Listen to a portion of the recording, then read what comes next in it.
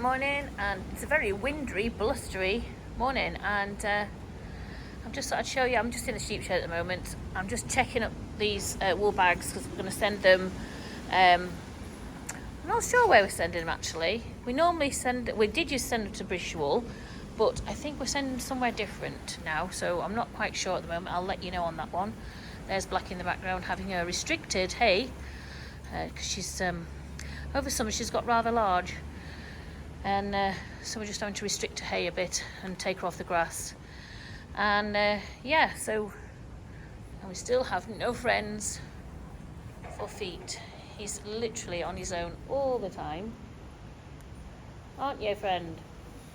Hey, still no girlfriends. We need to find you a girlfriend. And we're seriously thinking about bringing some of the other horses in, and we're looking to put in the cows in soon. So we're just kind of getting things tidied up, ready for winter. And another top tip, don't undo a bale of straw and let the hens out. This, believe it or not, all this is the hens, not anything else, just the hens. So on the bike today, we've got Paddy and Pete, and we're just going up to the campsite to get the lambs and sort them for tomorrow's auction. These are going as store lambs, and so we're bringing them back home to sort. If you can hear me, it's a bit windy.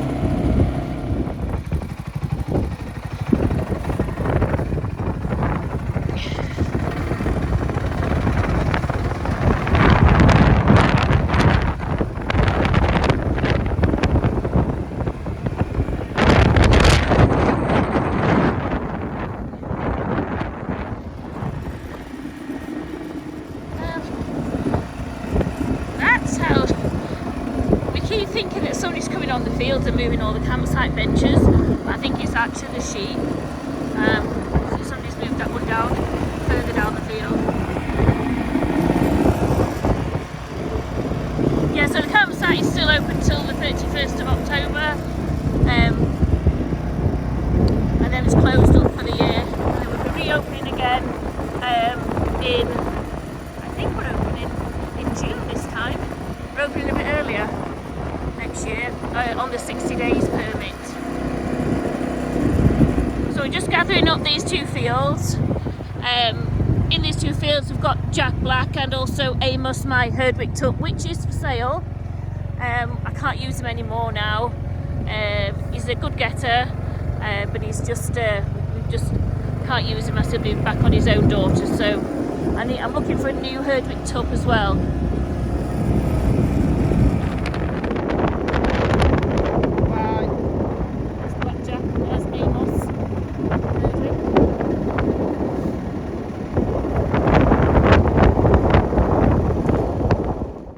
So David's gone down under the tree because one of the lambs has dropped. Sometimes they do this to kind of stop being hassled by the dogs, or they pretend they're dead, and or maybe if they're lame. Now David's struggling to get this lamb on. He actually has got a bad back.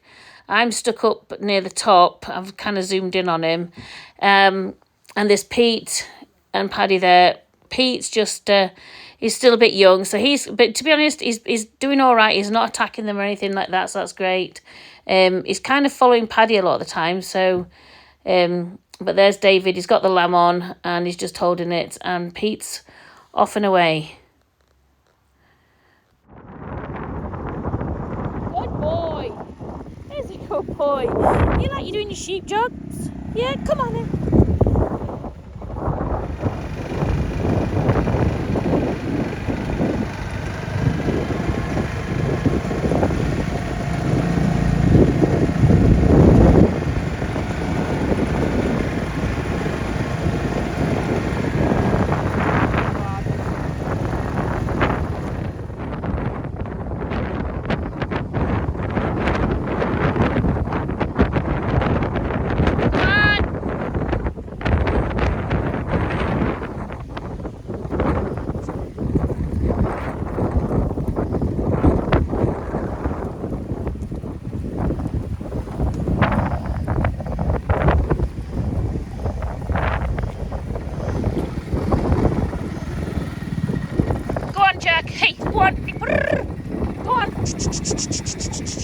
Come on, Jack. No. Jack's pet up and he's being naughty now. Go on. Get on.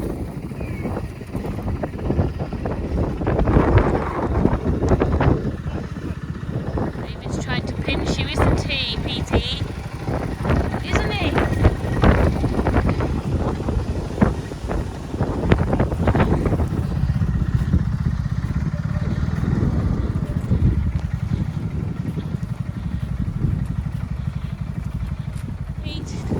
Steady, steady.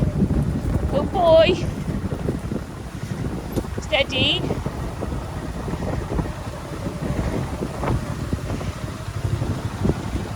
Good boy, Pete.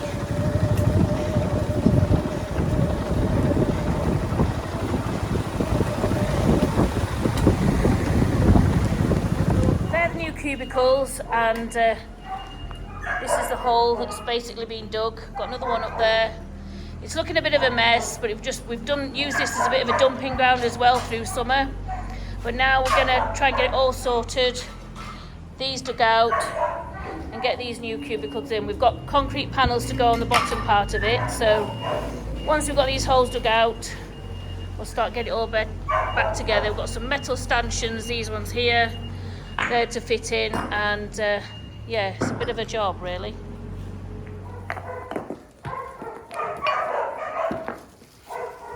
We've also got to bring some of the horses in and then also move some round to the back field.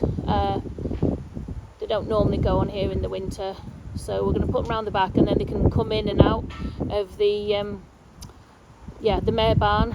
So when it's dry, we just let them, you know, in and out. So we'll be moving them shortly.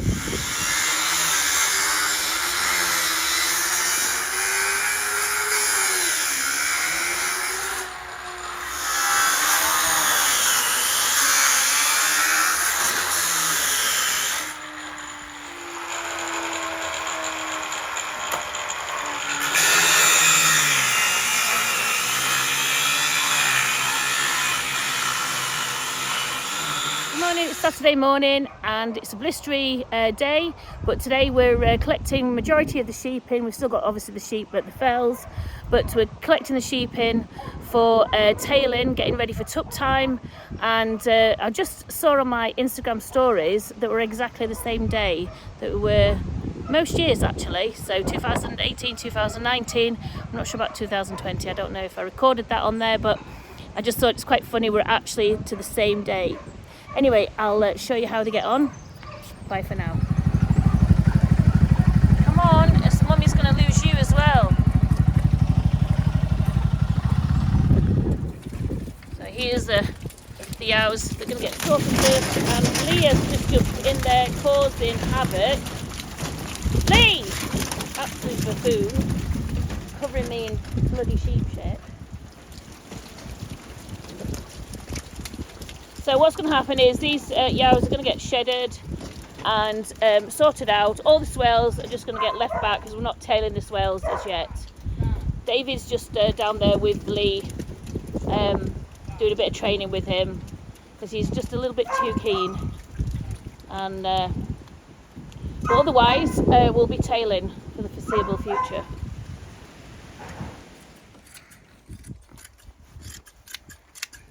So basically David's tailing the Yows, just taking a bit of excess wool off, so it makes it a bit easier for the Tup to do his job.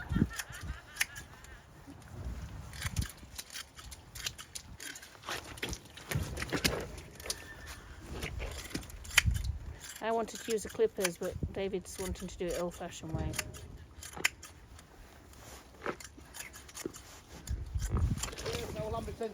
Down, so every It time might have something to do. Have you taken everything else into consideration? Every time we've stopped over the years, we get less lambs. You have So to I'm carrying on. You have to take everything into consideration. Weather, feed. That's Polly Patch, so you better be nice to her. Polly Patch is not impressed with David's bikini line trimming. So at the same time as tail, and David's basically given all the Yows a dose of what we call min flush, and it's basically like a multivitamin to help increase our lamb production. Hopefully they'll have more lambs. It's just literally just down the throat, one quick squeeze, and then that's it. How many mils are you giving them? 14. 14 or 40? 14. 14. Yeah. It's a quick job, but it's like a multivitamin. It's got no copper in this though.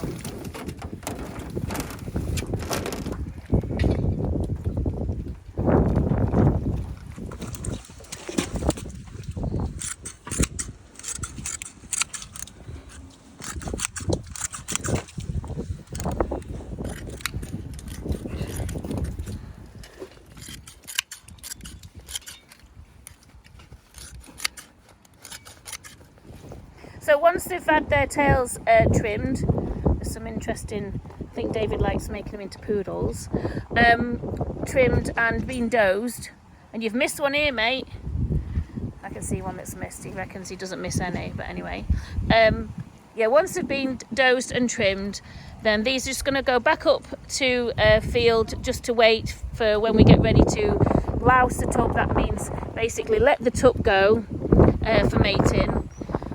And we're using our terminal sire, which is, so I think it's our New Zealand tup. So obviously this is a commercial flock. Basically that means they're all going for fat or store lambs once they've been born. It's Sunday morning, and we've got a hot air balloon flying by. It's not very often I see an hot air balloon around here. But look at those midges. It's really weird weather today. It's very muggy. Can you see them? I've just like, my phone's picking them all up. It's absolutely crazy. They're just driving us mad. But yeah, look, there's a hot air balloon.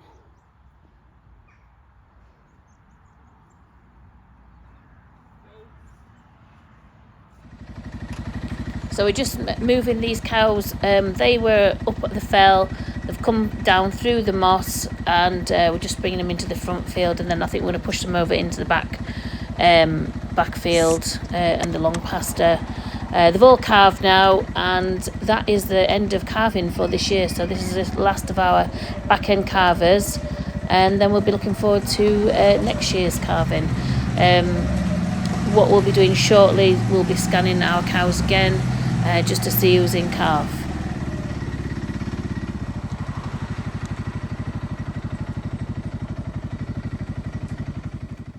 So while we remember and it's dry, David's been doing the cleaning the gutters out for winter with the help of Elliot holding the ladder, and then we've also been doing it on the Merlot, going round the farm, getting the building sorted. So I'm going to leave it there this week, and thank you for watching, and please like and subscribe. It just helps the channel grow. Thank you.